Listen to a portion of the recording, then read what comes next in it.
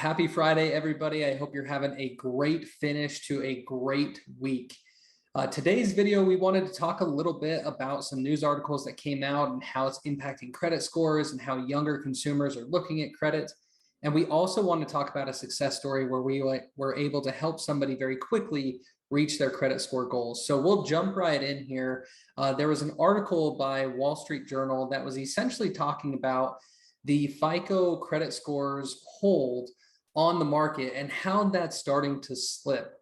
Essentially, banks and lending institutions and other organizations are starting to use their own proprietary scores as a preference over a FICO credit score. And you're even seeing these changes be discussed in the mortgage industry, with the idea floating around with Fannie and Freddie that lenders should be able to use scores outside of what FICO offers.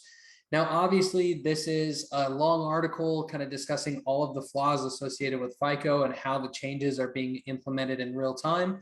But how this will impact mortgages, we still don't know. But we do know that credit scoring is evolving. The access to alternative credit data that is not necessarily seen on a traditional mortgage credit score is very enticing to companies to help them make a better decision when they're trying to understand the risk of a consumer.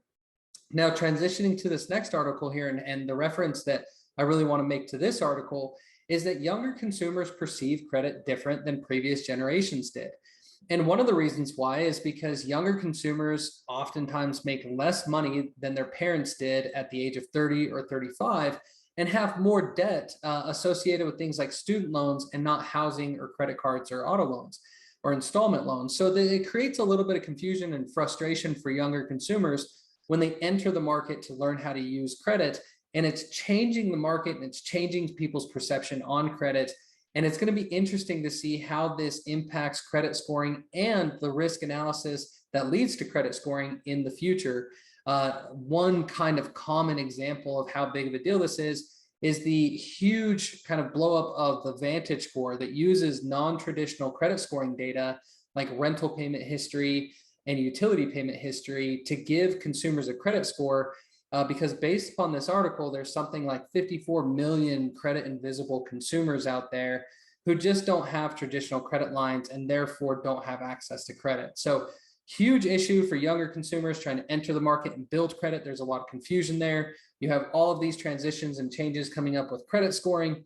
And all of that leads to a lot of consumers who feel like they can't enter the market because it's too confusing or too frustrating. So check out these articles in our newsletter, look through them. If you have any questions, feel free to reach out. I love talking about this stuff.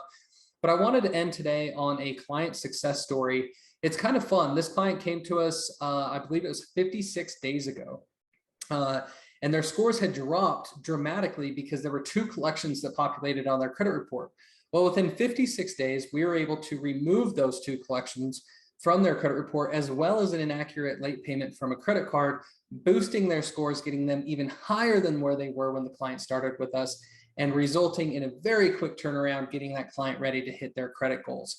So really fun success story there. I'm going to continue to share more stories with you in the future because that's what we're here for, is to help create home buyers and get people ready to credit qualify. But if there's anything that we can be doing for you, or if there's anything that we can be helping with your clients, feel free to reach out to me directly. Know that we appreciate all of you, and we'll talk to you next week. Thanks.